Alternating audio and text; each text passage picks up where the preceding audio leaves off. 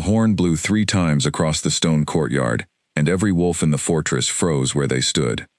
Alpha King Draven Ashgrave knew that sound. It was the sound the Elder Council used only once in a generation, and it meant only one thing. His chest tightened before he even reached the Great Hall. Guards stepped aside as he passed, their eyes lowered, their whispers quick and nervous. Something had already gone wrong, and he had not even sat on his throne yet. Inside the hall, 7 elders stood in a half-circle, their faces carved from stone. At the center stood Elder Nathaniel Gray, the oldest of them, his silver eyes sharp despite his age. "You called for me before dawn," Draven said, his voice steady but his patience thin. "This had better matter." "It matters more than your patience, young king," Nathaniel said. "The northern packs are gathering. 3 betas have already sent word that they no longer recognize your claim to the throne." Draven's jaw tightened. He had heard rumors, but rumors were easy to dismiss. This was not a rumor. This was a challenge to everything his father had built. "Then I will meet them," Draven said. "I will not hide behind walls while lesser wolves try to steal what is mine." "You misunderstand," Nathaniel said. "This is not a war you can win with strength alone. Bloodlines are questioned. Alliances are broken. The only way to silence every voice against you is through the old law.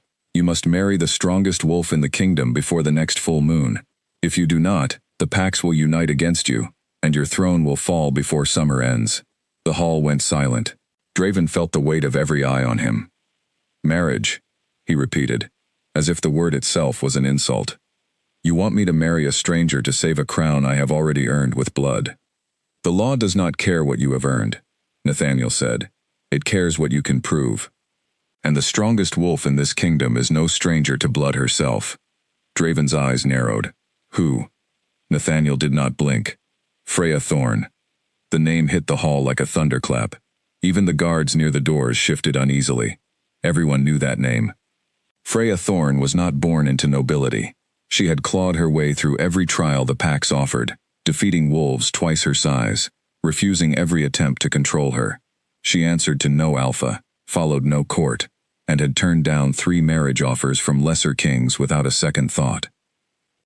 "She will never agree," Draven said. "She does not have a choice," Nathaniel said. "Neither do you." 3 days later, Freya Thorn stood in the training yard outside her cabin, throwing knives into a wooden target with brutal precision. Sweat dripped down her neck as she pulled the blades free and reset her stance. She did not hear the horses approaching until they were almost at her gate. 6 royal guards dismounted, led by a young messenger named Oliver Bramwell, who looked far too nervous for someone delivering supposedly good news. "Freya Thorn," Oliver said, his voice cracking slightly. "By order of the Elder Council, you are summoned to the capital. You are to be wed to Alpha King Draven Ashgrave before the next full moon." Freya did not stop moving. She threw another knife, and it landed dead center in the target. "No," she said simply. Oliver blinked. "I am sorry, but this is not a request." "Then send someone else in my place," Freya said, turning to face him fully. Her eyes were sharp, gold-flecked, and utterly unafraid. "I did not ask to be the strongest. I did not ask for a crown, and I certainly did not ask to be handed to a king like a prize." "The law is clear," Oliver said, gathering what courage he had left. "Refusal is treason against the packs." Freya's fists clenched at her sides. She had spent her entire life fighting to be free of exactly this kind of trap. Every battle she had won, every trial she had survived, had been about proving that no one could own her. And now, because she had won too well, she was being sentenced to a cage, disguised as a crown. "Tell your king," she said quietly, "that I will come, but I will not smile for his court, and I will not pretend this is anything other than what it is." The wedding announcement spread through the kingdom within hours, carried by messengers, whispered by servants, and debated in every tavern from the capital to the farthest villages. Some called it a brilliant move to unite the strongest bloodlines. Others called it a disaster waiting to happen. No one asked Freya or Draven what they thought, because no one believed their opinion mattered anymore. In the castle, Draven paced his chambers long after midnight, staring out at the moonlit forest beyond his window. He had led wolves into battle without hesitation. He had buried his own father with dry eyes because a king could not afford to weep in front of his people. But this, Being forced into a marriage with a woman he had never met made him feel something he rarely allowed himself to feel: helpless. A knock at his door interrupted his thoughts. "Enter," he said. His personal advisor, Lord Cassian Wolf, stepped inside, his expression carefully neutral. Cassian had served Draven's father before him, and he carried himself with the quiet confidence of a man who had survived every shift in power the kingdom had seen. "You should be resting," Cassian said. "I should be doing many things," Draven replied. "Resting is not one I have the luxury for." Cassian moved to stand beside him at the window. "The elders are not wrong, you know. A union between you and Freya Thorn would silence every pack that doubts your strength. It is not romantic, but it is effective." "Effective," Draven repeated bitterly. "Is that what we call chains now?" "Chains keep a kingdom standing when it would otherwise fall apart," Cassian said. "You know this." Draven said nothing. He knew Cassian was right, and that was the worst part. The morning Freya arrived at the capital, the streets were lined with wolves, who had come to see the legend for themselves. She rode alone, refusing an escort, her chin high, and her expression unreadable. When she reached the castle steps, Draven was already waiting, dressed in formal black, his crown catching the morning light. Their eyes met for the first time. Neither of them smiled. "You must be the king," Freya said, dismounting without waiting for help. "And you must be the wolf who refused 6 royal guards before agreeing to come," Draven said. "I did not agree," Freya said. "I simply chose not to make it easy for anyone." Despite himself, Draven felt the corner of his mouth twitch. It was not amusement exactly, but something close to respect. "Then we understand each other already," he said. "We understand nothing," Freya said. "We are strangers, being forced together by old men who fear losing their power. Do not mistake survival for understanding." She walked past him into the castle without waiting for a response, leaving Draven standing on the steps, strangely unsettled by a woman who had just insulted him to his face, and somehow made it feel like the most honest conversation he'd had in years. That evening, as the castle prepared for the formal announcement of the engagement, a lone rider approached from the southern road. She wore a plain gray cloak, carried no crest, and asked for nothing but a room and silence. The guards at the gate almost turned her away, until she showed them a small silver medallion, marked with the sign of the Sacred Order. "I am here on behalf of the Order," she said calmly. "My name is Celine Marlowe. I have been sent to investigate matters of broken vows within this kingdom's nobility. The Elder Council is expecting me." The guards exchanged uncertain glances before allowing her through. As she rode into the courtyard, she noticed the banners being raised for a royal engagement, the servants rushing back and forth, and the tension humming beneath the surface of every conversation she passed. She had seen kingdoms like this before, kingdoms dressed in celebration, while corruption quietly rotted the foundation beneath their feet. Celine dismounted and looked up at the castle towers, her expression calm, but her mind already working. Somewhere within these walls, secrets were waiting to be found. She could feel it the way she always did, a quiet certainty settling into her bones, and whatever those secrets were, she intended to drag every single one of them into the light, no matter who they belonged to. Even, she thought, if that meant the king himself. The formal engagement dinner was set for the following evening, but Celine Marlowe did not wait for invitations. By the time the sun rose, she had already walked the length of the castle twice, memorizing every hallway, every guard rotation, and every servant who looked at her with more curiosity than fear. She found the Elder Council gathered in a private chamber near the eastern wing. Elder Nathaniel Gray rose when she entered, offering a respectful nod. "Judge Marlowe," he said, "we did not expect you so soon." "Corruption does not wait for convenient timing," Celine replied. "I received reports that several noble families within this court have been hiding broken mate bonds. That is a serious offense under sacred law, and I intend to find out how deep it runs." "You understand this is a delicate time," Nathaniel said carefully. "The king is preparing for his engagement. Any scandal now could destabilize the entire kingdom." "Then perhaps the kingdom should not have built itself on lies in the first place," Celine said. Nathaniel studied her for a long moment, clearly unused to being spoken to so plainly, but he did not argue further. The Sacred Order held authority even the Elder Council could not override, and everyone in that room knew it. Do what you must, Nathaniel finally said, but tread carefully, Judge. Not everyone will welcome the truth. They rarely do, Selene said. That has never stopped me before. Selene began her investigation quietly, speaking first with servants who saw everything, but were rarely asked their opinion. She sat with an older kitchen worker named Grace Holloway, who poured her tea with shaking hands. I don't want trouble, Grace said softly. I only clean the halls and serve the meals. I am not here to bring trouble to servants, Selene said gently. I am here to bring trouble to those who deserve it. If you have seen something, you are not the one who did wrong by telling me. Grace hesitated, glancing toward the door before leaning closer. There is a nobleman, Lord Cassian Wolf. He is close to the king, trusted by everyone. But some nights, he leaves the castle through the servants' gate, always alone, always after midnight. I have seen him return smelling of another wolf's scent, one that is not his mate's. Selene's expression did not change, but her mind sharpened immediately. Lord Cassian Wolf, the king's most trusted advisor. If the rumors were true, it would not just be a personal betrayal, it would be a crack in the very foundation of the king's inner circle. Thank you, Grace, Selene said. You have done nothing wrong by telling me this, remember that. That same afternoon, Freya Thorne stood in the castle gardens, staring at the arrangements being made for her own engagement dinner, as though watching a stranger's life unfold.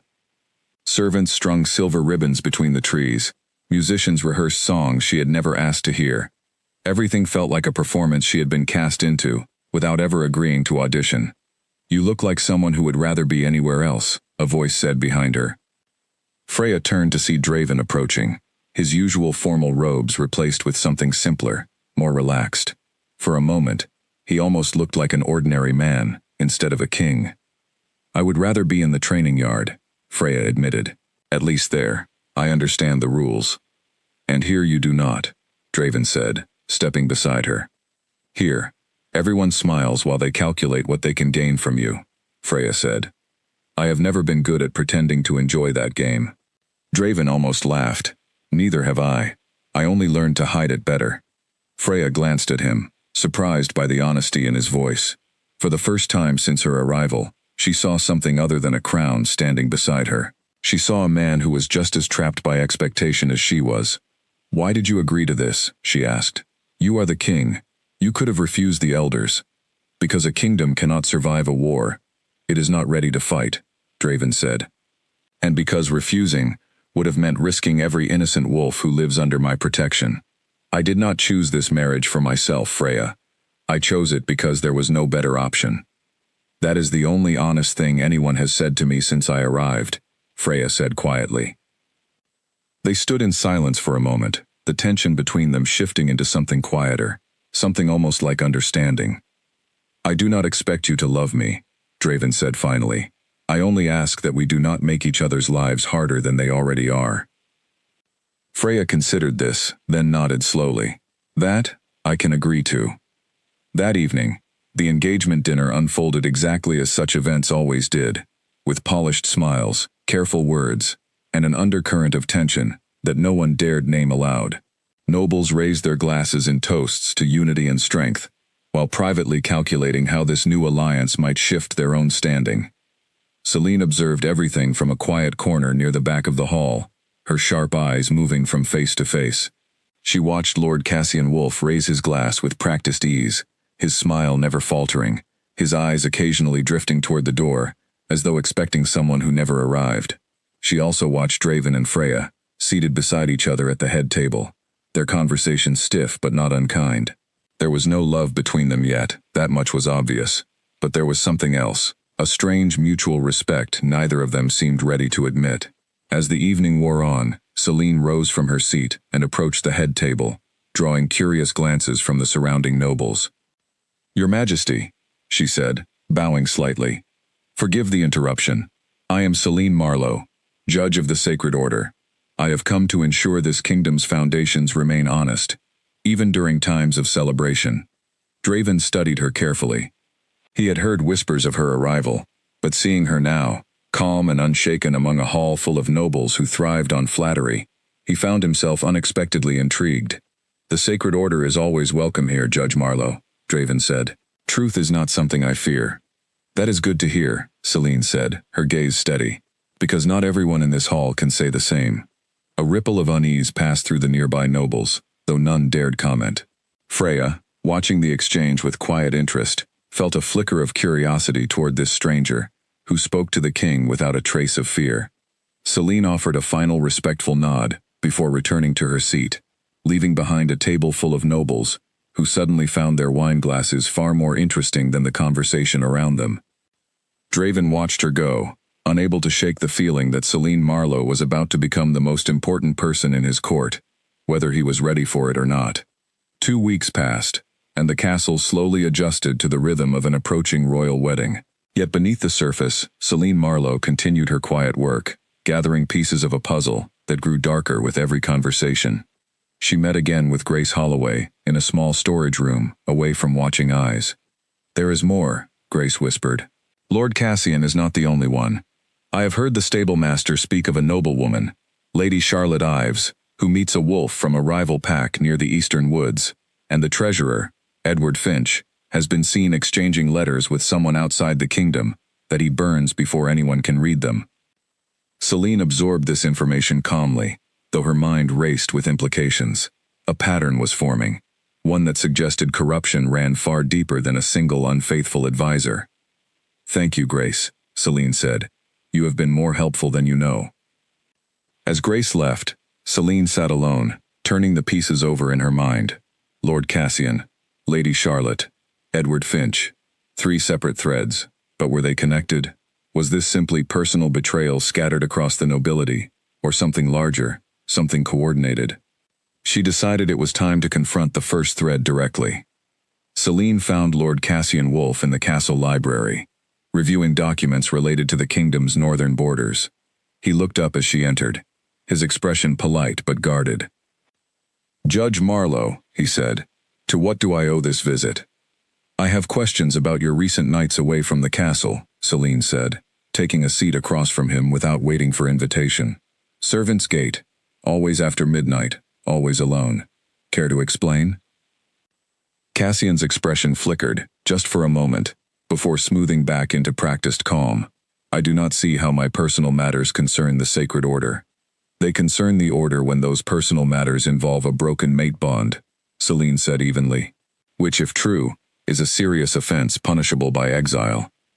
Cassian set down his papers slowly. "You have no proof of anything." "Not yet," Selene admitted. "But I will find it, Lord Cassian. I always do. The only question is whether you wish to make this easier for yourself by speaking honestly now, or harder for yourself later, when the evidence speaks for you." Cassian's jaw tightened, and for a moment, Selene thought he might actually confess. Instead, he stood abruptly. "I have work to attend to," he said stiffly, gathering his documents and leaving the library without another word. Selene watched him go, unsurprised. Guilty wolves rarely confessed on the first confrontation, but she had planted a seed of fear, and fear had a way of making guilty men make mistakes.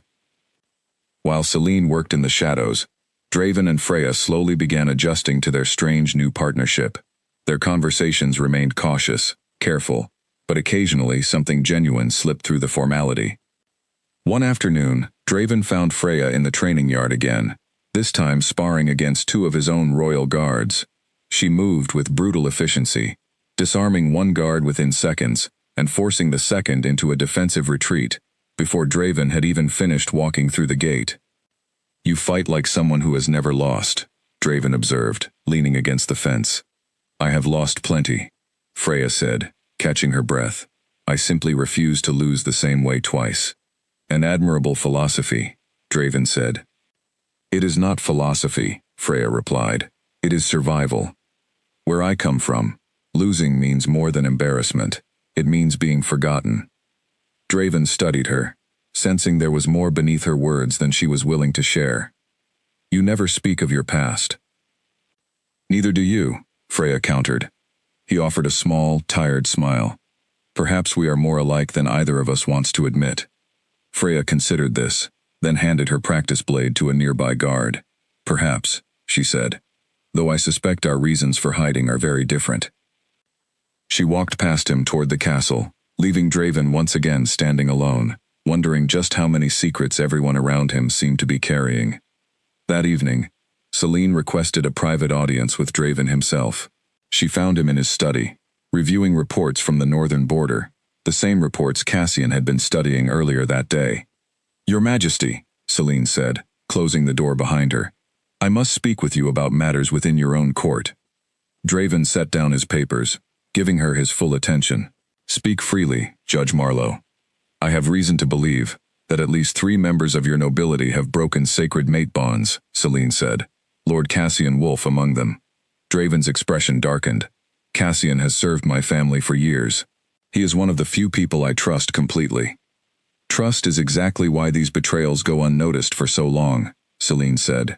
"The people closest to power are often the ones who believe themselves untouchable." Draven exhaled slowly, running a hand through his hair. "What do you need from me?" "Time," Selene said, "and your discretion. If I move too quickly, guilty wolves will hide their tracks before I can gather proper evidence. I need you to trust my process, even when it becomes uncomfortable." Draven studied her for a long moment. Everything about Selene Marlowe suggested unwavering integrity, a rare quality in a court, built on careful smiles and hidden agendas. "You have my discretion," he said finally. "But Selene, if this reaches deeper than a few unfaithful nobles, if this threatens the stability of my throne, I need to know immediately." "You will be the first to know," Selene promised. "I do not believe in justice that serves only itself. If the truth threatens your kingdom, you deserve the chance to prepare for it." Draven nodded slowly, something in her steady gaze settling an anxiety he hadn't realized he was carrying. For the first time since the engagement was announced, he felt like he had an ally who wanted nothing from him except honesty. It was, he realized, a feeling he had not experienced in a very long time. Selene did not wait long after her conversation with the king. Within days, she had gathered enough testimony from servants, guards, and one nervous stable hand to bring her first case before the court. The great hall filled quickly, once word spread that the Sacred Order intended to make a formal announcement. Nobles gathered in their finest robes, whispering among themselves, unaware that some of them were about to become the subject of that very announcement. Selene stood at the center of the hall, calm and composed, while Draven watched from his throne, Freya seated beside him, her expression unreadable. "I stand before this court," Selene began, her voice carrying easily across the silent hall, "to address a matter of sacred law. Lord Cassian Wolf, advisor to the king, has broken his mate bond in secret, keeping a second companion outside these walls for many months." Gasps rippled through the crowd. Cassian, standing near the front of the hall, went pale. "This is a lie," Cassian said, though his voice lacked its usual confidence. "I have testimony from 3 separate witnesses," Selene said, unshaken. "Servants who saw you leave through the servants' gate after midnight. A stable hand who recognized the scent of another wolf on your clothing upon your return. And a message, intercepted just yesterday, written in your own hand, addressed to a companion outside this kingdom." She produced the letter, holding it up for the court to see. Cassian's composure finally cracked completely. "You do not understand," he said, his voice desperate now. "My mate and I have not shared a true bond in years. It was arranged, empty, nothing more than duty. I found something real outside these walls, something honest." "Then you should have ended your bond honestly," Selene said, "rather than living a lie that hurt everyone around you, including the mate you deceived, and the companion you kept hidden in shadows." Draven rose from his throne, his expression stern. "Lord Cassian, is this true?" Cassian lowered his head. "It is true, my king. I am sorry." The hall fell into stunned silence. Draven felt a heavy weight settle in his chest. Cassian had been his advisor since childhood, someone he trusted implicitly. Learning of this betrayal in front of the entire court felt like a blade twisting somewhere deep inside him. "By sacred law," Draven said slowly, "this offense demands exile. Lord Cassian Wolf, you are stripped of your title and banished from this kingdom, effective immediately." Cassian did not argue. He simply nodded, his shoulders slumped in defeat, and allowed the guards to escort him from the hall. After the hall emptied, Draven remained seated on his throne, staring at nothing in particular. Freya approached quietly, taking a seat beside him without a word. "You look like a man who just lost a piece of himself," she said gently. "I trusted him," Draven admitted. For years, I trusted him with everything, my decisions, my doubts, even my grief after my father passed. And this entire time, he was hiding something so significant. Trust does not make people honest, Freya said. It only makes their lies more effective. Draven glanced at her, surprised by the bluntness of her words, yet somehow comforted by them. You speak as though you understand betrayal quite well, he said. Freya's expression shifted, something distant passing behind her eyes. I understand it better than I would like to. Before Draven could ask further, she stood and excused herself, leaving him once again with more questions than answers. Meanwhile, Selene retreated to a quiet corridor after the hearing, exhaling slowly for the first time all day. Exposing Cassian had been necessary, but it did not feel like victory. It never did. Truth rarely brought comfort, only clarity. That took courage, a voice said behind her. She turned to see Draven approaching, his formal robes replaced with something simpler, his expression tired but sincere. It took evidence, Selene corrected. Courage had little to do with it. I disagree, Draven said, standing before an entire court and exposing one of the most trusted men in this kingdom, knowing it could turn every noble here against you. That takes more courage than most people possess. Selene studied him for a moment. You are not angry with me for exposing him. I am angry that he lied to me for years, Draven said. I am not angry at the person who finally told me the truth. Something in his tone made Selene pause. She was used to being feared, avoided, or resented after delivering verdicts like this. She was not used to gratitude. Most kings would have found a way to protect their advisor, she said quietly. Political convenience over justice. I am not most kings, Draven said, and I have no interest in protecting lies, even when they wear a familiar face. Selene felt something shift inside her, a warmth she had not expected, and was not entirely sure she welcomed. She had come to this kingdom expecting resistance, expecting nobles who would fight to protect their secrets. She had not expected a king who valued truth over comfort.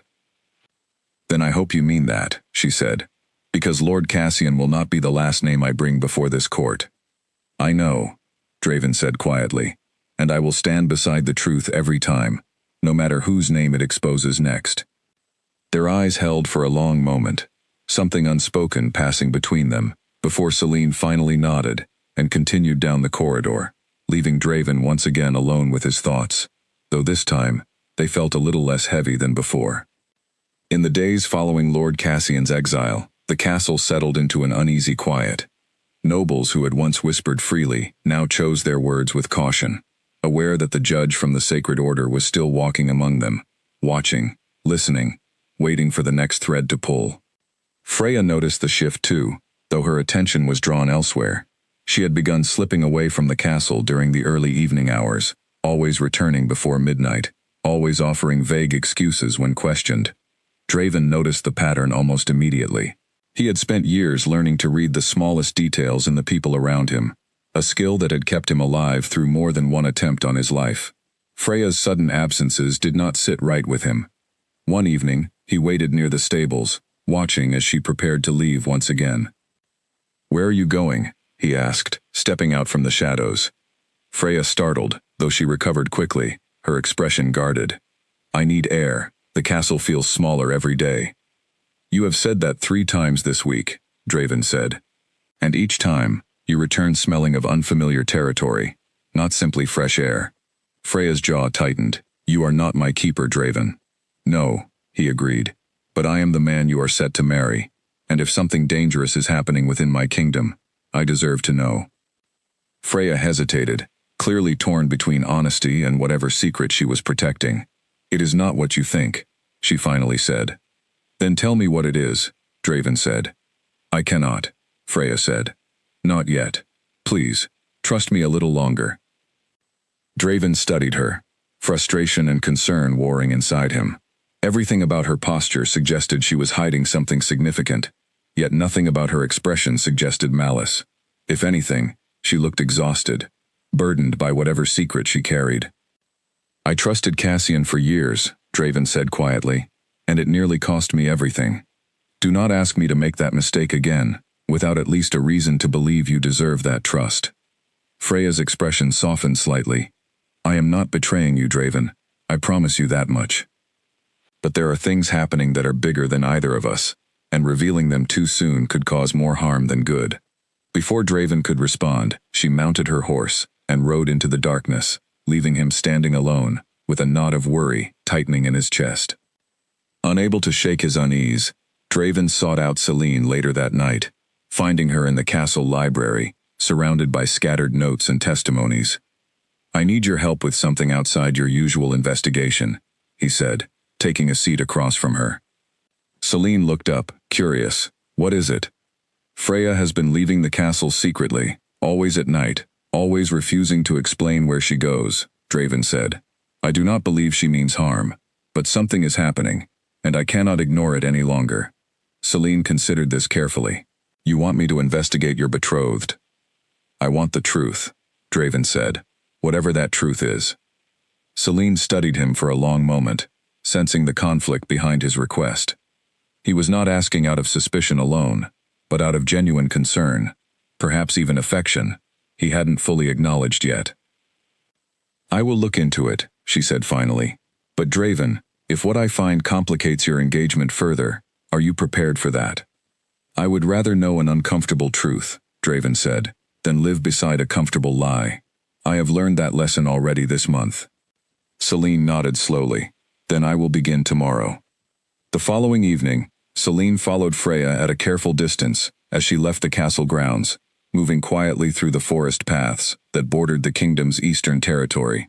After nearly an hour of travel, Freya arrived at a small clearing where a lone wolf waited, his posture tense, his eyes scanning the trees for any sign of danger. Selene recognized the markings on his cloak immediately. He belonged to the Ravenwood Pack, a rival territory that had long resisted the Ashgrave Kingdom's authority. You are late, the wolf said as Freya approached.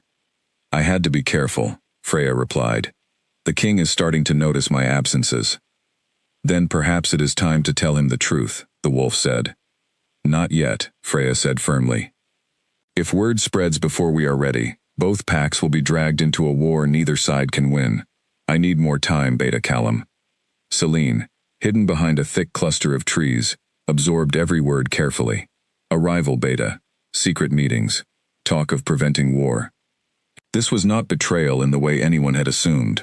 This was something far more complicated, and far more important. She remained hidden until the meeting concluded, then made her way back to the castle, her mind racing with the implications of what she had just witnessed. Freya Thorn was not being unfaithful. She was protecting the kingdom from a threat Draven did not even know existed, sacrificing her own reputation in silence, rather than risk exposing a fragile peace still being negotiated in shadows.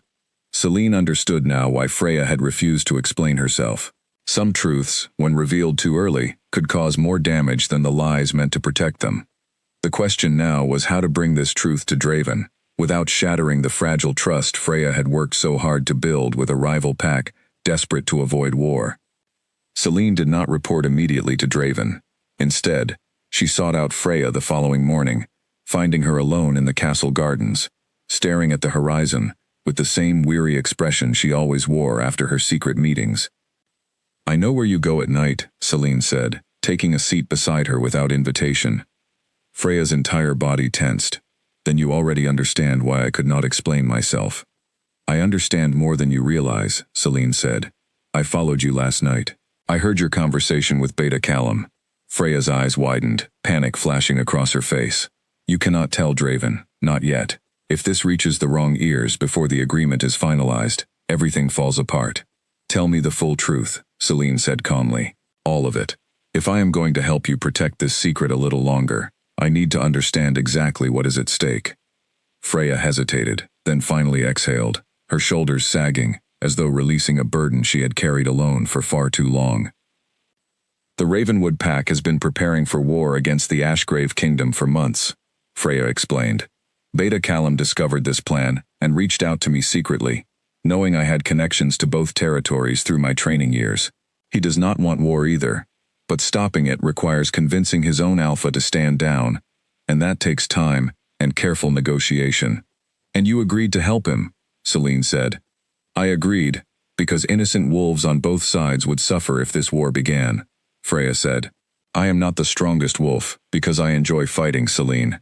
I am the strongest because I have seen what happens when packs go to war, over pride and fear. I lost people I love to conflicts exactly like this one. I refuse to let it happen again, if there is any way I can prevent it.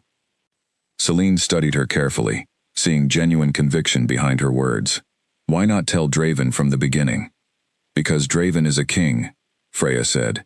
Kings think in terms of strength and strategy. If he knew a rival pack was preparing for war, his instinct would be to prepare for battle in return, and that alone could push the Ravenwood pack toward the very conflict Callum and I are trying to prevent. I needed time to work quietly, without triggering the exact outcome I am trying to stop. Selene considered this, understanding now the delicate balance Freya had been navigating alone. He deserves to know eventually, she said. But I agree that timing matters more than immediacy in this case. Will you tell him? Freya asked, her voice quieter now. Not yet, Selene said. But Freya, you cannot carry this alone forever. Let me help you find the right moment, and the right way, to bring him into this before the truth reaches him, through someone less careful than either of us. Freya nodded slowly, relief evident in her expression. Thank you, Selene. I did not expect kindness from the woman investigating everyone's secrets. I do not investigate to punish, Selene said. I investigate to protect the truth. And your truth, Freya, is protecting more lives than anyone in that castle realizes. Meanwhile, Draven grew increasingly restless, his concern for Freya deepening with each passing day. He found himself seeking out Selene more frequently, not only for updates on her investigation, but simply for her steady presence amid the growing chaos of his court. One evening he found her reviewing documents in the library once again, the same quiet dedication in her expression that had first caught his attention weeks ago. Any progress? He asked, taking a seat across from her. Some, Selene said carefully. I need a little more time before I can share anything conclusive. Draven studied her, sensing the careful evasion in her tone. You know something already, don't you? Selene met his gaze steadily. I know enough to believe Freya is not betraying you, Draven. Beyond that, I ask for your patience a little longer. Something in her expression convinced him to let the matter rest, at least for now. He trusted her judgment more than he had expected to trust anyone since Cassian's betrayal. You have become someone I rely on rather quickly, Draven admitted quietly. Selene glanced up, surprised by the sincerity in his voice. That was not my intention. I know, Draven said. Perhaps that is exactly why it happened. The air between them shifted, something unspoken settling in the quiet library. Selene felt her carefully maintained composure waver slightly under the weight of his gaze. I have a duty to remain impartial, she said softly, though her voice lacked its usual conviction. And I have a duty to marry a woman I have known for less than a month, Draven said. Perhaps neither of us is entirely free to follow the rules we were given. Selene did not respond immediately, the silence between them heavy with things neither was ready to say aloud. But as Draven finally rose to leave, he paused at the door, glancing back at her one last time. Thank you, Selene, he said quietly, for everything you have done for this kingdom, and for me. He left before she could respond, and Selene sat alone in the library long after his footsteps faded, aware that whatever careful boundaries she had built around her duty were slowly beginning to crumble. Days passed, and Selene worked quietly behind the scenes to help Freya and Beta Callum move their fragile peace negotiations forward. Meanwhile, her own feelings toward Draven grew harder to ignore, no matter how firmly she reminded herself of her duty to remain neutral. At the same time, her broader investigation into the kingdom's nobility continued, revealing new threads that troubled her more with each discovery. Lady Charlotte Ives, the noblewoman previously mentioned by Grace, was indeed meeting secretly with a wolf from a rival territory, though her reasons proved far less noble than Freya's. Selene confronted her directly in a private chamber, laying out evidence gathered from multiple witnesses. You have been sharing confidential information about the kingdom's northern defenses with an outside pack, Selene said calmly. Not for peace, Lady Charlotte, but in exchange for wealth and protection, should the Ashgrave kingdom eventually fall. Charlotte's composure cracked instantly. You do not understand the pressures nobility face. Alliances shift constantly. I was simply protecting my own family's future. By selling out your king's secrets, Celine said. That is not protection, Lady Charlotte, that is treason. Charlotte was brought before the court days later, her titles stripped, her family's standing ruined, and her exile finalized without hesitation from Draven. The pattern continued. Treasurer Edward Finch was found to have been embezzling funds meant for border defenses, funneling wealth into a hidden account meant to secure his escape should the kingdom ever fall into chaos. His arrest sent further ripples through the nobility, each new exposure chipping away at the illusion of stability the court had worked so hard to maintain. Through it all, Draven stood firmly beside Celine's judgments, even as his own advisors grew increasingly uneasy with how deeply her investigation had cut into the kingdom's most trusted circles. One evening, Elder Nathaniel Gray requested a private audience with Draven, his expression grave. "This has gone too far," Nathaniel said without preamble. "Judge Marlowe has exposed 3 nobles in less than a month. The remaining families grow fearful, uncertain who she will target next. Some are already discussing withdrawing their support from your throne entirely." "She is exposing corruption, Nathaniel," Draven said. "Corruption that has clearly existed far longer than her arrival." "Perhaps," Nathaniel said. "But a king who allows his own court to be dismantled piece by piece risks appearing weak, unable to control his own nobility. You must consider sending her away before this spirals further." Draven's expression hardened. "I will not silence the truth, simply because it makes uncomfortable enemies." "Then you risk everything you have worked to protect," Nathaniel warned, "including, perhaps, your engagement to Freya Thorn, should the wrong nobles decide a king who cannot control his own court is unfit to rule." The threat, though carefully worded, was unmistakable. Draven felt anger rising in his chest, though he kept his expression carefully composed. "I will handle my own court, Elder Nathaniel," he said firmly, "and I will not sacrifice justice simply to protect the comfort of wolves who have benefited from decades of hidden corruption." Nathaniel studied him for a long moment, clearly displeased, but he did not press further. He simply nodded stiffly and excused himself, leaving Draven alone, with a growing sense that the true battle ahead was not against Freya's rival pack, but against the very nobility meant to support his throne. That night, Draven sought out Celine once more, finding her walking alone through the castle's outer courtyard, the moonlight casting long shadows across the stone pathway. "The elders want you gone," he said, falling into step beside her. "I assumed as much," Celine said, unsurprised. "Guilty wolves rarely welcome the person exposing them. They threaten to withdraw their support if I do not send you away," Draven admitted. Celine stopped walking, turning to face him fully. "And what did you tell them?"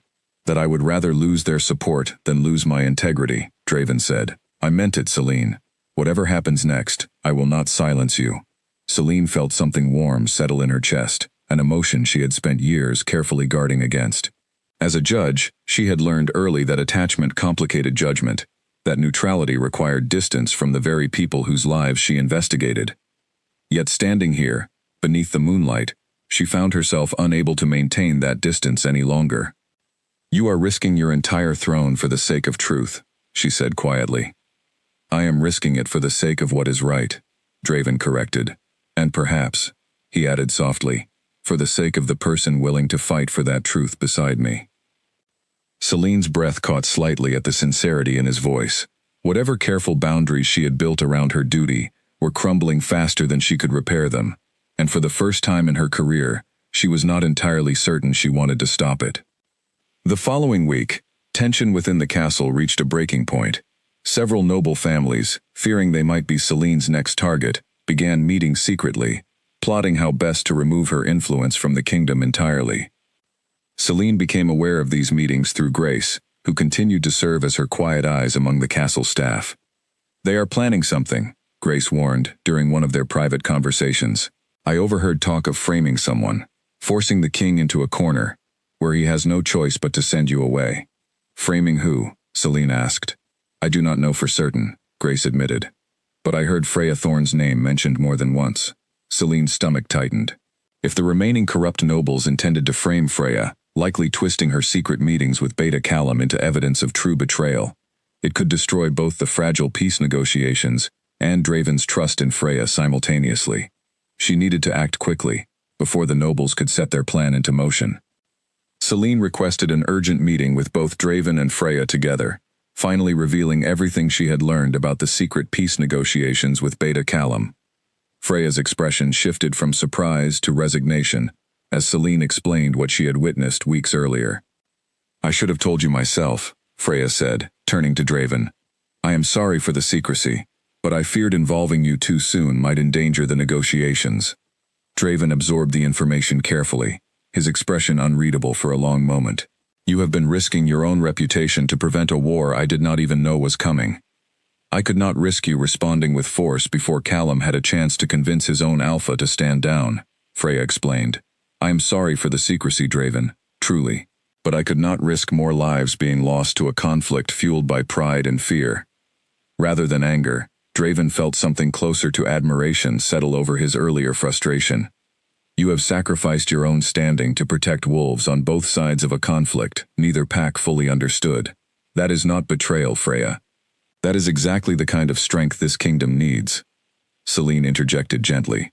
"There is more you both need to know. Certain nobles within this court are planning to frame Freya's secret meetings as true betrayal, hoping to force a crisis that removes both of us from influence over the throne." Draven's expression darkened immediately. "Do you know who is behind this?" "Not yet with certainty," Selene admitted, "but I believe I can find out, if given a little more time and cooperation from both of you, whatever it takes to expose this plot before it can cause further harm." Over the following days, Selene worked alongside Freya, carefully tracing the whispers and secret meetings among the remaining nobility. Eventually, the trail led back to a small group led by none other than Elder Nathaniel Grey himself, along with two lesser nobles who had grown increasingly desperate to protect their own hidden corruptions from further exposure. Their plan, Selene discovered, involved staging false evidence, suggesting Freya intended to betray the kingdom entirely, allowing the Ravenwood pack to invade under the guise of a coordinated attack. This would force Draven into declaring Freya guilty of treason, dissolving their engagement, and creating an opportunity for the elders to arrange a marriage more favorable to their own hidden interests, likely with a bride who would allow their corruption to continue unchecked. Selene brought this evidence before Draven immediately, her expression grim. "They intend to sacrifice Freya's reputation, and potentially her life, simply to protect their own secrets," Selene said. "Elder Nathaniel Grey is at the center of this plot." Draven felt fury rising within him, sharper and more personal than anything Cassian's earlier betrayal had caused. Nathaniel had served his family for decades, had stood beside his father's throne, and had orchestrated Draven's own marriage under the guise of protecting the kingdom. "He used the sacred law to trap Freya and me into this marriage," Draven realized aloud, "not to protect the kingdom, but to control it." "It appears that way," Selene confirmed. "I believe he chose Freya specifically because he assumed her secretive nature and rough upbringing would make her an easy target for false accusations later, should he need leverage against you." Draven's expression hardened into cold resolve. "Then it is time this court finally sees the truth about every single person who has been hiding behind false loyalty." He rose from his seat, determination settling firmly into his posture. "Gather the full court, Selene," he said. "It is time to end this once and for all." The great hall filled once again, nobles gathering with nervous anticipation, as word spread that another significant announcement awaited them. This time, Elder Nathaniel Grey stood among the crowd rather than beside the throne, unaware that he himself was about to become the center of the court's attention. Draven sat firmly upon his throne, Freya beside him, her posture confident despite the storm she knew was about to unfold. Selene stood at the center of the hall, calm as always, though the weight of what she was about to reveal pressed heavily upon her. "This court has witnessed several exposures over recent weeks," Selene began, her voice carrying clearly across the silent hall. "Lord Cassian Wolf, Lady Charlotte Ives, Treasurer Edward Finch, each hid personal corruption behind positions of trust. But today, I bring forward a plot far more dangerous than any single betrayal." Murmurs rippled through the crowd as Selene continued. "Elder Nathaniel Grey, along with two conspirators within this court, orchestrated a plan to falsely accuse Freya Thorne of treason, intending to destroy her reputation and dissolve her engagement to the king, all to protect their own hidden corruptions and maintain control over this throne." Gasps erupted throughout the hall. Nathaniel's face paled, though he attempted to maintain his composure. "These accusations are baseless," Nathaniel said, though his voice lacked conviction.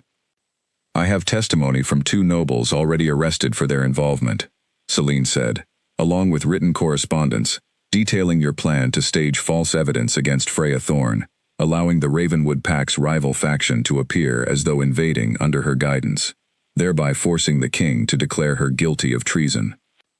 Draven rose from his throne, his expression cold with barely restrained fury. "You orchestrated my father's final years of rule, Nathaniel. You helped raise me into this throne, and this entire time, you were willing to sacrifice an innocent woman's life, simply to maintain your own hidden influence." Nathaniel's composure finally shattered completely. "The kingdom needs stability, Draven. Freya Thorn is unpredictable, uncontrollable. A bride from a family loyal to the council would have ensured continued peace and prosperity for generations." "A bride loyal to your corruption, you mean?" Draven said sharply. "Not to the kingdom, but to whatever hidden schemes you and your allies have been protecting for years." Nathaniel said nothing further, his silence confirming everything Selene had already proven. "By sacred law," Draven declared, his voice carrying absolute authority across the hall, "Elder Nathaniel Gray is stripped of his position and exiled from this kingdom, along with any noble found complicit in this plot against an innocent woman's life and reputation." Guards moved forward, escorting Nathaniel from the hall as murmurs of shock and relief swept through the remaining nobility. Freya rose from her seat, standing beside Draven as the full weight of the conspiracy against her finally lifted from her shoulders. "Thank you," she said quietly, "for believing in the truth, even when it meant losing someone you trusted." "I have lost enough people to lies already," Draven said. "I will not lose anyone else to them again." In the days following Nathaniel's exile, the kingdom slowly began settling into a new sense of stability. With the conspiracy fully exposed, remaining nobles who had benefited from years of hidden corruption found themselves under careful scrutiny, many choosing to confess their own smaller wrongdoings, rather than risk Selene's thorough investigation uncovering them independently. Beta Callum, learning of the plot against Freya, used the revelation to further convince his own Alpha that peace remained the wiser path forward. Within weeks, a formal peace agreement was signed between the Ashgrave Kingdom and the Ravenwood Pack, ending months of quiet tension that had threatened to erupt into full-scale war. Freya, finally free from the burden of secrecy, approached Draven privately one evening in the castle gardens. "I owe you an honest conversation," she said. "About us. About this marriage. Neither of us truly chose." Draven nodded, sensing what was coming. "Go on." "I respect you, Draven," Freya said. "I have come to consider you a friend through everything we have faced together these past weeks. But my heart belongs to the path of protecting peace between packs, not to a romantic bond built entirely from obligation." Draven felt no anger at her words, only quiet understanding. "I feel the same, Freya. We were bound together by duty, not by love. I release you from this engagement, with my full respect and gratitude for everything you have sacrificed for this kingdom." Freya smiled, genuine relief washing over her features. "Beta Callum has asked me to formally align with his territory, strengthening the peace between our packs permanently." "Then go," Draven said warmly. "With my blessing and my friendship, always." As Freya departed to build a new future alongside Callum, Draven felt an unexpected lightness settle over him. The weight of an obligation he never truly wanted, finally lifted from his shoulders. With Freya's departure finalized, and the kingdom settling into a new era of transparency, Draven found himself, for the first time since taking the throne, completely free to choose his own path forward. He found Selene in the castle library once again, her usual quiet dedication surrounding her, as she prepared documents for her eventual return to the Sacred Order. "You are leaving," Draven said, noting the neatly organized reports stacked before her. "My work here is complete," Selene said, though something hesitant lingered in her voice. "The corruption within your court has been exposed, the conspiracy against Freya dismantled, and peace secured between your kingdom and the Ravenwood Pack. The Order will expect my return soon." Draven sat across from her, his expression thoughtful. "And if I asked you to stay?" Selene looked up, surprised. "Draven, my duty as a judge requires impartiality. I cannot remain within a court I have spent weeks investigating, not without compromising the very principles I have sworn to uphold. Your investigation is complete, Draven said gently. There is no longer a case to remain impartial about. What remains is simply a king who has come to deeply respect and admire the woman who helped him see the truth, not only about his court, but about himself. Celine's breath caught slightly, the careful composure she had maintained for years wavering under the sincerity in his voice. I never expected this, she admitted quietly. I came here to expose lies, not to find something honest and unexpected in the process. Neither did I, Draven said. I expected a marriage built entirely on duty, a partnership defined by obligation rather than choice. Instead, I found something I never anticipated, a connection built on truth, respect, and yes, Celine, something that feels remarkably like love. Celine set down the documents in her hands, meeting his gaze fully for the first time, without the careful distance she had maintained throughout her investigation. The order may not approve of a judge remaining within a kingdom she once investigated, she said softly. Then perhaps it is time the order learns that some truths are worth staying for, Draven said, reaching across the table to gently take her hand. Celine did not pull away. Instead, she allowed herself, for the first time in years, to set aside duty in favor of something far more personal. I suppose, she said, a small smile finally breaking through her composed expression. My investigation here is not entirely finished after all. Word spread quickly throughout the kingdom of the king's intention to court the very judge who had exposed corruption within his own court. Rather than scandal, the news brought relief to a kingdom weary of hidden lies and broken trust. A king willing to choose honesty over convenience, even in matters of the heart, was exactly the kind of leader the Ashgrave kingdom desperately needed. Months later, as the kingdom celebrated a new era of transparency and justice, Draven stood once again in the same courtyard where the horn had first sounded, announcing the crisis that started this entire journey. This time, however, the horn sounded for a different reason entirely, celebrating the formal announcement of his engagement to Celine Marlowe, a union built not from obligation, but from genuine love and mutual respect. Freya, now formally aligned with Beta Callum's territory, attended the celebration as an honored guest and friend, her own path finally her own to choose. The peace between the Ashgrave kingdom and the Ravenwood pack remained strong, a testament to her quiet sacrifices during the darkest weeks of the conflict. As Draven stood beside Celine, watching the kingdom celebrate beneath a clear evening sky, he felt a peace he had never known was possible for a king, burdened by duty and expectation. No more hidden lies, he said quietly, echoing the promise that had brought them together in the first place. No more hidden lies, Celine agreed, her hand resting gently in his. Only the truth, from now on, no matter where it leads us. And as the kingdom celebrated below, a new era finally began, one built not on fear or obligation, but on honesty, courage, and a love neither of them had expected, yet both had come to cherish completely.